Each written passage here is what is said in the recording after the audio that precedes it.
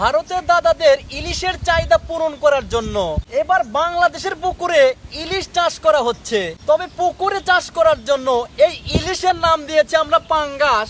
তবে একটা কাজ করে রে বাংলাদেশবাসীরা, ওই পাঙ্গাস মাছগুলো তোরা নিজেদের ফুটোতে গোজ।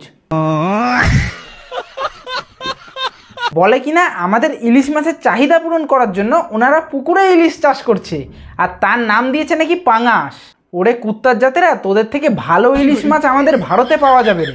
বাংলাদেশে তৈরি করলো নিজস্ব প্রযুক্তির ড্রোন। ইন্ডিয়ার দাদাবাবুরা একটু ওয়েট করো, খুব শীঘ্রই খেলা হবে।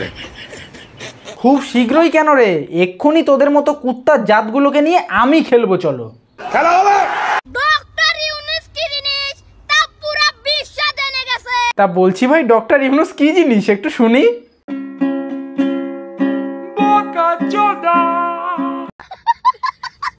এইটাই হবে তাই তো? ঠিকই বলেছো, ডক্টর ইউনূস যে আসলেই বোকাচোদা পুরো বিশ্বই জেনে গেছে।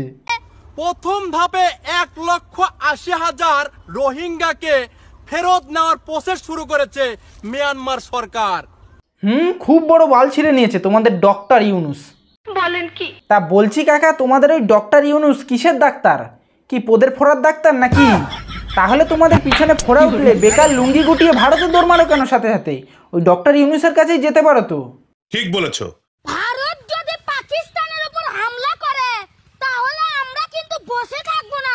বসে থেকো না, তোমাদের কে বসে থাকতে বলেছে? তবে ভাই একটা কথা বলি, ওই যে 1971 সালে পাকিস্তানের যে সমস্ত জঙ্গিরা তোমাদের বাংলাদেশে ঢুকে বাংলাদেশের সমস্ত মা বোনেদের ওপর অত্যাচার শুরু করেছিল, সেই অত্যাচারের হাত থেকে যদি আমাদের এই ভারতবাসী না বাঁচাতো তোমাদের, তাহলে তোমার জন্মটা হয়তো আজ বাংলাদেশে নয়, সেই পাকিস্তানেই হতো। নিকাল লাউড়ে। এই কথাটা একটু কান খুলে মাথায় ঢুকিয়ে রেখো। ভারত কখনোই আমাদের বন্ধু ছিল না। হ্যাঁ, তা আমরা কবে বললাম যে ভারত বাংলাদেশের বন্ধু বা বাংলাদেশ ভারতের বন্ধু? আমরা কবে বললাম? কারণ ভাই, যেই দেশের জনগণ ভারতবাসীর পিছনে ছুরি হাতে দাঁড়িয়ে থাকতে পারে, তারা ভাই আর যাই হোক শত্রু বলাও ভুল, তারা আর যাই হোক ভারতের বন্ধু নয়। ওরা বেকারই নিজেরা ভাবিস যে ভারত হয়তো বাংলাদেশের বন্ধু, এবং ভারতবাসী হারে হারে টের পাচ্ছে যে 1971 সালে তোদেরকে বাঁচিয়ে কত বড় ভুল কাজ করেছে একটা। খুব দারুণ লজ্জার ব্যাপার। এরপর দেখো বন্ধুরা, বাংলাদেশের এক বাসাধন বলছে যে ডক্টর ইউনূস নাকি বাংলাদেশের এমন এক রাউটার এনেছে যার সাহায্যে নাকি বাইরের কোনো প্লেন বা বাইরের কোনো বিমান বাংলাদেশে প্রবেশ করলেই বাংলাদেশ সরকার নাকি বুঝতে পারবে। দেখেন ডক্টর মোহাম্মদ ইউনূস স্যার বাংলাদেশে কি নিয়ে আসলো, রাউটার নিয়ে আসলো। অন্য কোনো দেশের বিমান বাংলাদেশে ঢুকলেই সাথে সাথে অ্যালার্ম বাজবে। ওরে পাগলের জাতেরা, তোদের ওখানে রাউটার কাজে লাগায় ওই বাইরের দেশের কোনো বিমান ভেতরে ঢুকলে সেই চেক করার জন্য? আরে ভাই, আমাদের দেশে তো রাউটার কাজে লাগায় ফোনের ওয়াইফাই চালু করার জন্য। তাহলে ভাব, তোরাই একবার ভাব যে তোদের দেশ কতটা পিছিয়ে, যে সামান্য কিনা রাউটার ব্যবহার করছে কি বাইরের কোনো বিমান ভেতরে প্রবেশ করছে কিনা সেটা চেক করার জন্য। দেখেন ডক্টর মোহাম্মদ ইউনূস স্যার বাংলাদেশে কি নিয়ে আসলো, রাউটার নিয়ে আসলো। অন্য কোনো দেশের বিমান বাংলাদেশে ঢুকলেই সাথে সাথে অ্যালার্ম বাজবে। ওই তোমরা ওই চেকই করে যাও সারা জীবন, ওই চেকটুকুই করতে পারবা, তারপর পালটুকুও ছিটতে পারবা না। আর আমাদের S-400 বাইরের বিমান চেক করবে কি, চেক করে সাথে সাথে ধুলোয় মিশিয়ে দেবে আকাশে। এইটাই বুঝে পাই না, যেই দেশের মানুষজন লুঙ্গি ছাড়া বাঁচে না, ভালো একটা পোশাক পরতে পারে না, ভালো মন্দ খেতে পারছে না, না খেয়ে কাটাচ্ছে, এমন একটা সময় গেছে যে জল না খেয়ে কাটাতে হয়েছে, জলের হাহাকার লেগে গেছে সেই দেশে। এমনকি মুরগির ডিম, যেটা কিনা মুরগির পোত দিয়ে বেরোয়, সেই ডিমের হাহাকার লেগে গেছে যেই দেশে। সেই দেশে কিনা আবার কি সেই দেশের জনগণ 7 সিস্টার দখল করবে, সেই দেশের জনগণ কি বাংলাদেশের নিজস্ব ড্রোন চালু করবে। বাহ! সেই দেশের জনগণ আবার বাইরের দেশের কোনো বিমান আটকাবে, এরকম কোনো প্রযুক্তি চালু করবে। শালা শুনলেও হাসি পায় এদের এই কীর্তিকলাপ। পাকিস্তানের ভয়ে ভারতের দাদারা এত দ্রুত মাঠ ছেড়ে পালাবে কখনোই ভাবিনি। কি গো দাদা বাবুরা, এত তাড়াতাড়ি গর্তে ঢুকে গেলে যে? আসো আরেকটু যুদ্ধ করি। না রে বাবা না, তোমাদের সাথে আর যুদ্ধ করব না। বল, ভারত যে পাকিস্তানের সাথে যুদ্ধ করা ছেড়ে দিয়েছে তাতে ওই বাংলাদেশেরই মঙ্গল। কারণ ভারত যদি বোম ফেলাতো না, যদি পরমাণু বোমা ফেলাতো, তাহলে খালি পাকিস্তান কেন রে, পাশের দেশ ওই বাংলাদেশকেও ধুলোয় মিশিয়ে দিত। আর শোন রে অশিক্ষিত জাতেরা, আমরা বলিনি যে যুদ্ধ বন্ধ করব। পাকিস্তানের সরকার বলেছে যে যুদ্ধ কিছু সময়ের জন্য স্থগিত রাখা হোক, কিছু সময়ের জন্য বন্ধ রাখা হোক। ওদের রিকোয়েস্টেই আমরা বন্ধ করেছি। আমাদেরও মন আছে রে, মন মানসিকতা আমাদেরও আছে। আমরা জানি যে আমরা যদি যুদ্ধ বেশি দিন চালাই তো আশেপাশের অনেকগুলো দেশই ধ্বংস হবে। কারণ ভারত পাকিস্তানের যদি যুদ্ধ হয় না, শুধু ভারত আর পাকিস্তানে ক্ষয়ক্ষতি হবে না, নেপাল, ভুটান, তারপর হচ্ছে এদিকে বাংলাদেশ, ওদিকে চীন বা রাশিয়া বলো, অনেকগুলো দেশেই কিন্তু এফেক্ট পড়তে পারে। কারণ পৃথিবীতে এরকম প্রচুর প্রচুর দেশ আছে যারা ভারতের ওপর নির্ভর করে নিজেদের পেট চালাচ্ছে, নিজেদের মানে খাদ্য জোগাড় করছে। তো তাদের কি অবস্থা হবে ভাবো তো একবার। সেই চিন্তার কথা মাথায় রেখেই ভারত সরকার এই যুদ্ধ বন্ধ করে দিয়েছে। আর শালারা বলে কিনা ভারত নাকি মাঠ ছেড়ে পালিয়েছে।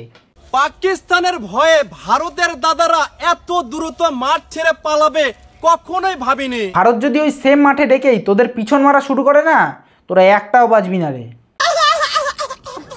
তো বন্ধুরা, আমরা অনেকেই ভারতবাসী আছি যারা কিনা বাংলাদেশকে গরিব বাংলাদেশ, ভিখারি বাংলাদেশ বলি। তো তাদের জন্য বাংলাদেশের এক দাদাভাই একটা ভিডিও বানিয়ে পাঠিয়েছে, দেখো, একটু দেখে নাও তোমরা। যারা বলেন গরিব বাংলাদেশ, বিক্রি বাংলাদেশ, এই ভিডিওটা শুধুমাত্র তাদের জন্য। আপনারা আবার ভাববেন না যে এটা দুবাই কিংবা সিঙ্গাপুরের কোনো শপিং মল, না, এটা গরিব বাংলাদেশের বসুন্ধরা শপিং কমপ্লেক্স। দেখেন, আমার আসলে কেন জানি সন্দেহ হয় এরকম একটা শপিং মল আমাদের পাশের দেশ ইন্ডিয়াতে আছে কিনা সন্দেহ। এই বাংলাদেশের মানুষের কিছু কিছু ভিডিও দেখলে হাসিও পায়। আরে ভাই, ওই শপিং মলে দুখানা প্লাস্টিকের খেজুর গাছ দাঁড় করিয়ে দিলেই সেই শপিং মল বিশাল বড় শপিং মল হয়ে যাবে না? Bashundhara shopping complex. দেখেন, আমার আসলে কেন জানি সন্দেহ হয় এরকম একটা শপিং মল আমাদের পাশের দেশ ইন্ডিয়াতে আছে কিনা সন্দেহ। না, বাংলাদেশি বাছাধন, একটা কথা বলি, কিছু মনে করো না। বলছি ভাই, আই হ্যাভ এ গভীর প্রশ্ন। তোমার ওই বসুন্ধরা কমপ্লেক্স যেটা আছে, যে শপিং মল, সেই শপিং মলে কি একটা মেট্রো রেল স্টেশন আছে? আছে কি মেট্রো স্টেশন? বা ওই ধরো একটা সুইমিং পুল আছে? কি জানি বাবা, আমার তো মনে হয় নেই। বা ওসব বাদ দাও, তোমাদের কি ওই শপিং মলের ছাদে কোনো হেলিকপ্টার ল্যান্ড করে কি? তো ভারতে এরকম শপিং মল এতই আছে যে তোমরা হাতে গুনে পারবা না। এই কুত্তা বাহিনীর জাতেরা, এদের হাতের আঙুলের কর ছাড়িয়ে যাবে। ভারতে এর থেকেও বড় বড় শপিং মল এত পরিমাণে আছে। আর একে ভাই সামান্য ওয়েস্ট বেঙ্গলের স্টার মলে আনলে কি করবে? এ তো মনে হয় পাগল হয়ে যাবে। বাংলাদেশ আর ভারতের মধ্যে ওই জিডিপির তফাৎ করতে এসো না। বাংলাদেশ প্রচুর প্রচুর মাটির তলে একেবারে ঢুকে আছে, আর ভারতের কোনো কথাই আসছে না এখানে। ঠিক আছে, ভারত ওই জিডিপির লেভেলে 20 তলা বাড়ি তুলে দেবে, এতই লেভেল ওদের বেড়ে গেছে ভারতের, বুঝতে পারলে? অর্থাৎ আমি বোঝাতে চাইলাম যে বাংলাদেশের জিডিপি থাকে মাটির নিচে এবং ভারতের জিডিপি থাকে 20 তলা ফ্ল্যাটের উপরে। তাই দয়া করে ভারতের মানুষজনের সাথে ওই টাকার অহংকার দেখাতে এসো না প্লিজ। একটাই রিকোয়েস্ট করব তোমাদের, ওই কুত্তা বাহিনীদের। তো যাই হোক বন্ধুরা, এই ছিল আজকের ভিডিওটা। কেমন লেগেছে অবশ্যই কিন্তু কমেন্ট বক্সে কমেন্ট করে জানিয়ে এই কুত্তা বাহিনী বা বাংলাদেশ বাহিনী বা যাই বলো না কেন, বাংলাদেশের এই সমস্ত মানুষজনের জন্য কমেন্ট বক্সে একটু সুন্দর সুন্দর একটু ভাষা ছেড়ে যেও। ঠিক আছে, আজ এই অবধি রইল। চ্যানেলে যারা নতুন, চ্যানেলটাকে অবশ্যই সাবস্ক্রাইব করে দিও। 20,000 সাবস্ক্রাইবার খুব তাড়াতাড়ি হতে চলেছে। Tata, bye bye. নেক্সট ভিডিওতে তোমাদের সঙ্গে দেখা যেন পাই। অবশ্যই কিন্তু চ্যানেল সাবস্ক্রাইব করে যেও। টাটা।